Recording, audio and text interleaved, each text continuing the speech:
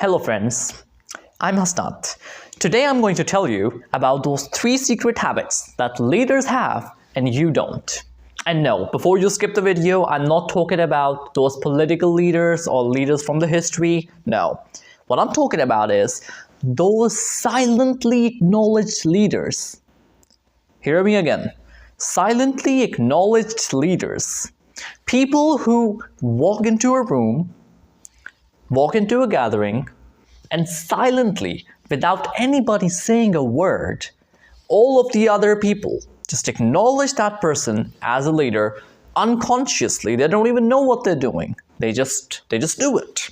And everybody silently believes at the bottom of their hearts that this man right here is the leader. Reason? Nobody knows. That is the sort of thing that we are going to talk about. Got a couple of minutes? Let's dive right into it. So, the first habit that I want you to adopt is to take a pause. Learn when to take a pause. Now, the sooner you understand the importance of taking a pause in your conversation, the more your conversation becomes important. Now, let me tell you how it works. A lot of people use filler words, right? And we're aware of that. They say and stuff like, I don't know what that is because I haven't really used it for a while. So what we do is we just replace those filler words with a complete pause. Now, according to reports, it's not even me saying it, it's actual genuine statistics that giving a pause in your conversation gives it 38% more weightage than it originally had. You know what that means? Person you're talking to, the people that you're actually addressing, become 38% more curious of what you're trying to say, of at least listening to what you're saying. What happens is that when you take a pause, the other person that you're talking to becomes more curious in finding out about what you're saying, what is it about, let's just find it. So that's what basically happens. That's the whole dynamic of the whole thing. So what I want you to understand is that taking a pause doesn't mean that you don't know what you're saying. For real, learn when to take a pause and learn to actually take a pause in your conversation, in your daily lives. And that's when you actually understand how a conversation works. No, actually, let me take it back. That's when you understand how a powerful and a stressful sort of a conversation works, where one person or one individual holds the lead and the others follow. That's the sort of conversation I want you to have from this moment onwards. Now, before moving on to the second point, let's just illustrate the first one with an example. You be the judge. Decide what sounds better. My name is Hasnat, and I'm in the business development department for one of the UK-based real estate companies, and we monitor residential lettings in London and around London. And my name is Hasnat. I work in business development for a real estate company, and I'm in charge of monitoring residential lettings all across London. Which one sounds better? Be honest. Comment down below. For frickin' real, for God's sake, learn to take a pause instead of using those filler words in your conversation. It's going to make you sound more professional and more authentic. Everybody will have the impression that you know what you're talking about.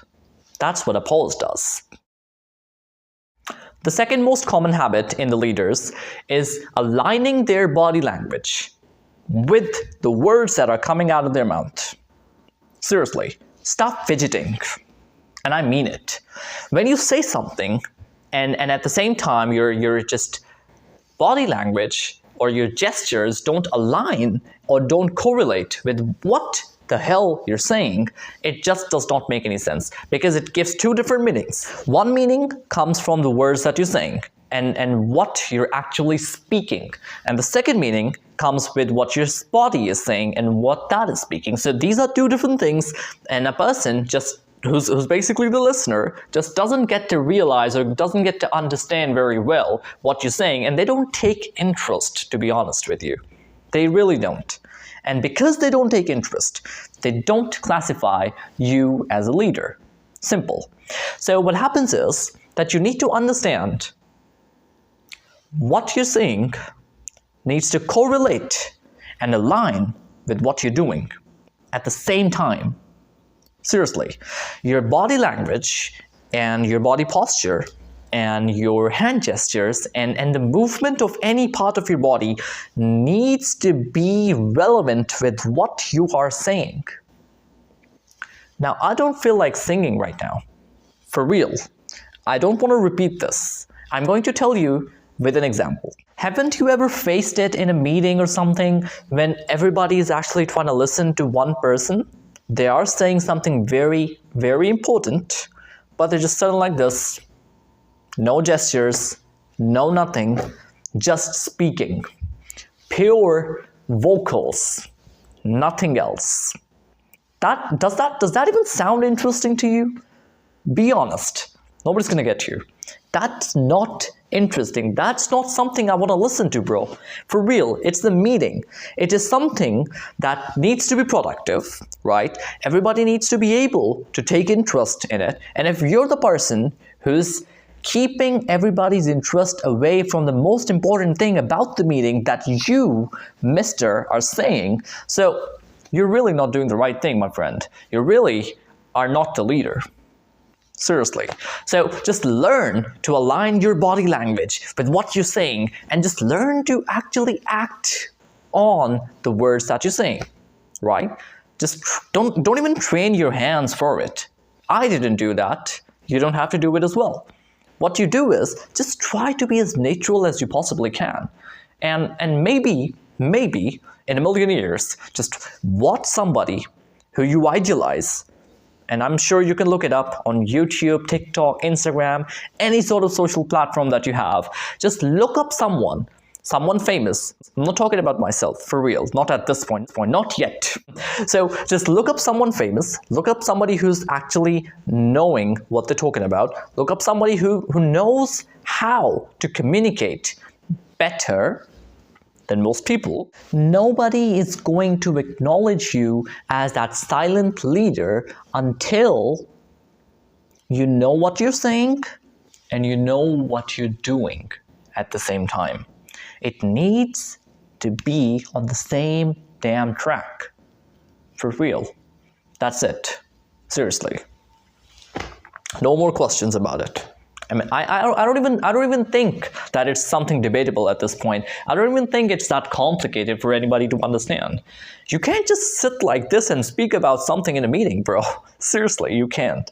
So what you need to do is you need to learn to move your hands along with your vocals, along with your speech, and you need to understand how can you correlate the two. Okay? That's what makes it interesting. Number 3, and most important, and the most powerful as well. Stop asking for permissions, for God's sake. Stop asking for permissions for every single thing. Now, I'm not saying that if you're sitting in a meeting and something important is going on and you just feel like walking out like a boss and you just do. No, that's not what I'm saying. Trust me, give me a minute, I'll explain. During a conversation, if you have something to say, just say it. Really.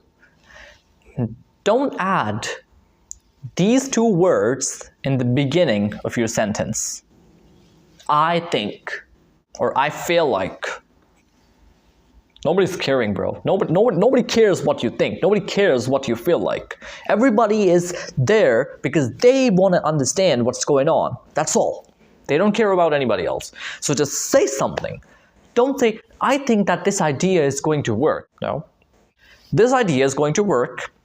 Here's the breakdown. Here's how it'll work. And here's how I believe we should be implementing it as soon as we can. Why not just say it? Don't stop saying that I believe that.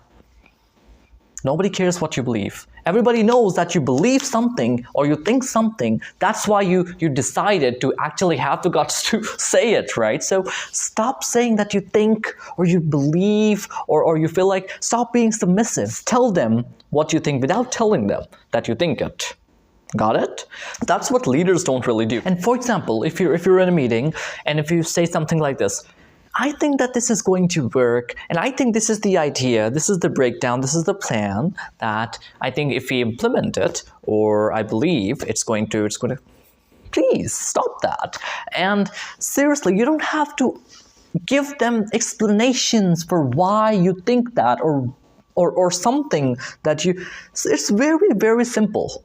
Just say what you want to say, okay, and be confident about it. If it's wrong, we'll know. There's no big deal, right?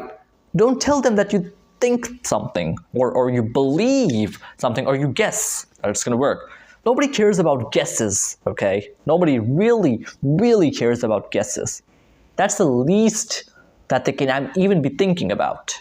So please stop saying such words in your conversation, especially when you're in important reunions, gatherings, meetings. Just be that silent leader of the room. Seriously, the sooner you implement these 3 habits, secret habits, right? The more people start to, silently acknowledge you as their leader. They don't even know that you're their leader. You know that you're the leader of the room, okay? You tell people what you are talking about, why you're talking about it, and how you believe you should, and everybody should, be talking about it and working on it. Whatever the idea is, I don't even know. I don't care. You need to understand these 3 simple steps. Not steps though, but tips. But start to implement them. And the sooner you do it, my friend, the better. Thank you for watching. See you in the next video.